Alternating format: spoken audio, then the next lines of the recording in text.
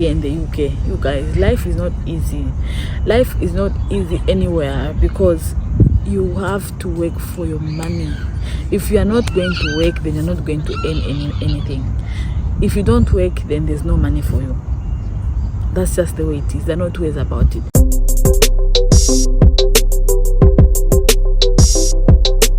Hi guys, welcome and welcome back to my YouTube channel.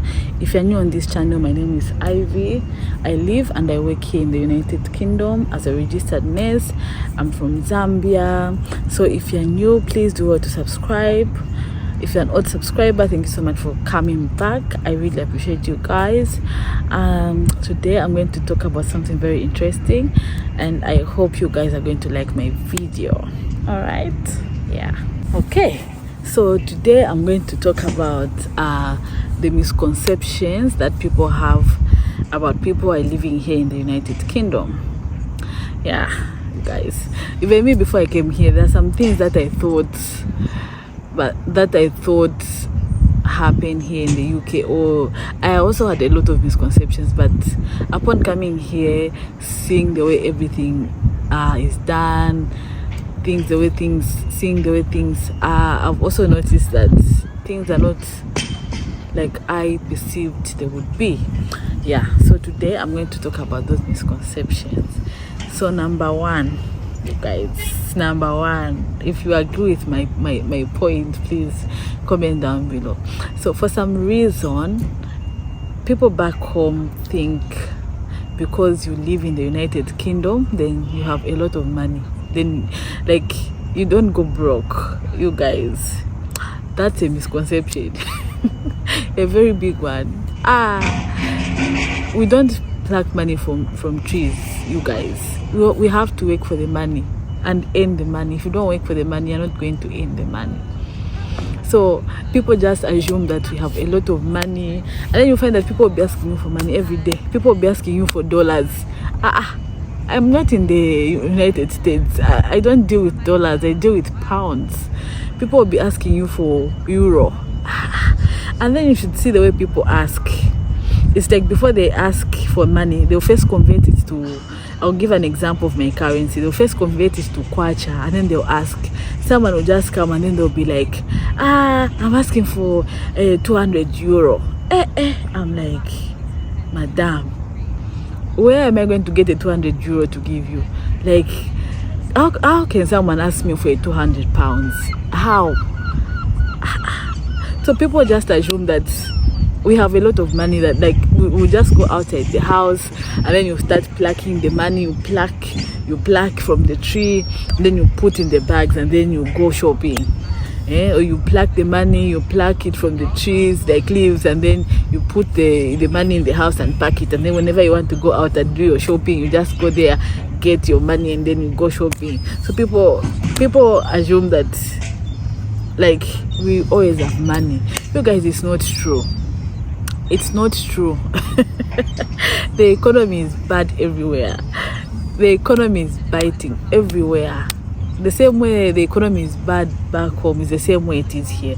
Because in as much as if I was to tell you my monthly salary, you'd think it's a lot of money because you're converting it to kwacha.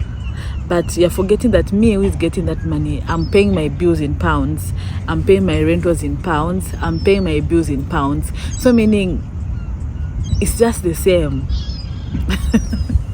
So yeah, you guys, right now as I'm talking to you, I'm broke. But if I tell someone back home that I'm broke, they won't believe me. Because why? Because I'm in the UK. You guys, it's not fair. All right, so the second misconception is that people just assume that phones are very cheap here in the UK. I don't know why. I remember when I first came, up to now I still get those questions. People will just send you a text and then they're like, no, I want you to buy me an iPhone because I know iPhones are cheap in the UK. You guys, phones are expensive everywhere. An iPhone is expensive. An iPhone will always be an iPhone, whether you buy it from the UK, whether you buy it from China, whether you buy it from Africa, wherever you are, an iPhone is always expensive. So people, I don't know, the same phones that are here, the same phones that are that side. It's just that, like here, like most times, like if you're buying a phone, you're going to buy a brand new one.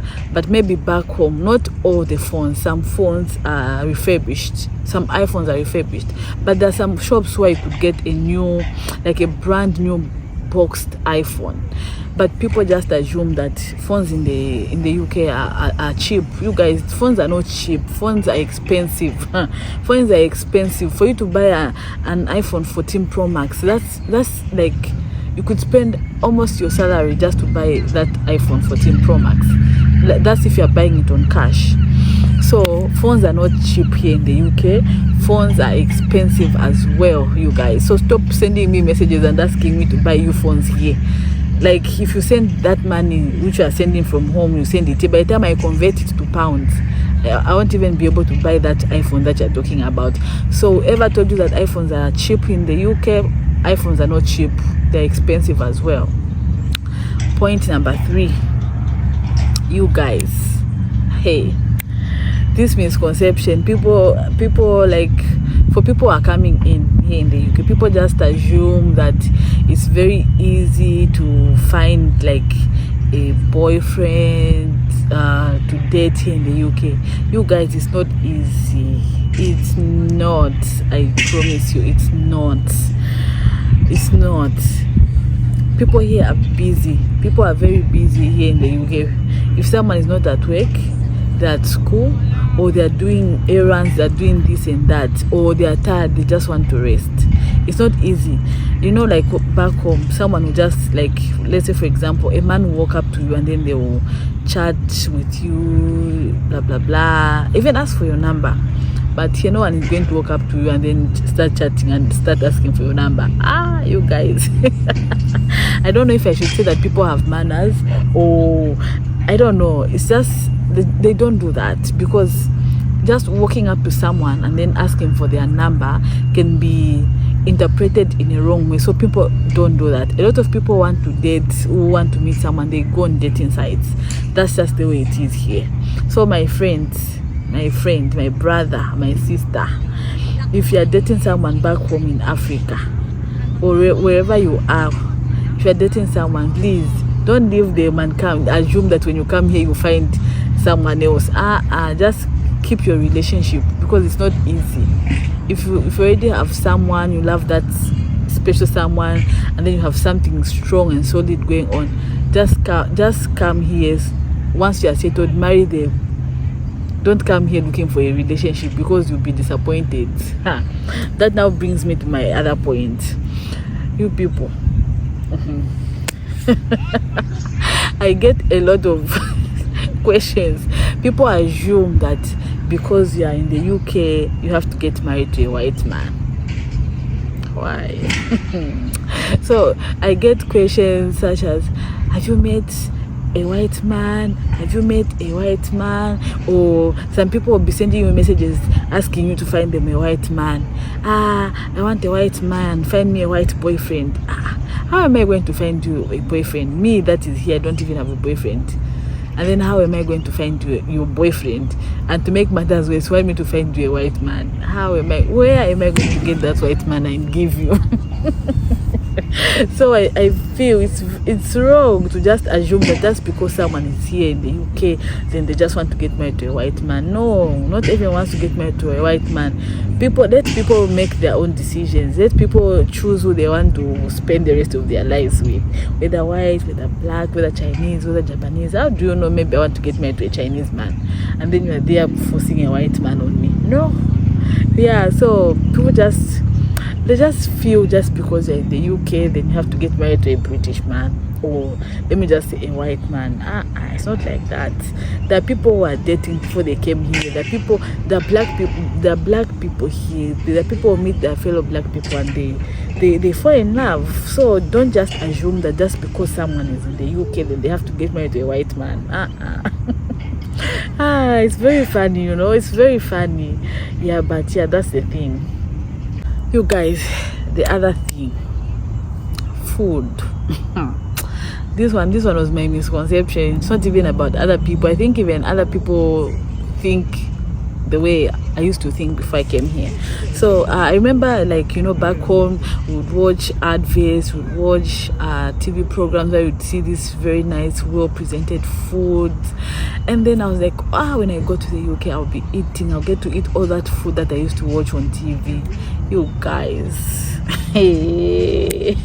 you guys, the food, let me not say it's not nice. It's not. I feel the food is very bland.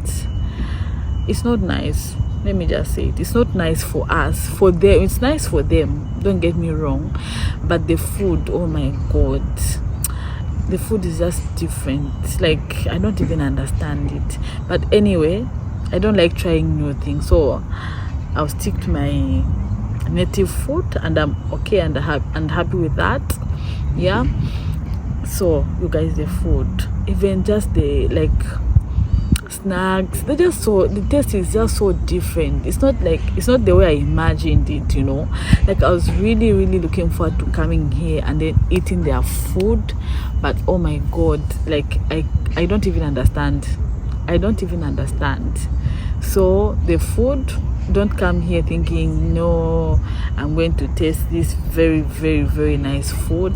Just know that just for the mere fact that you're coming from a whole different continent and then coming here, everything will be different. The food is nice for them, but for us, it's not. I wouldn't say it's not nice for us, because our tongue is not used to the taste of the food that these people eat.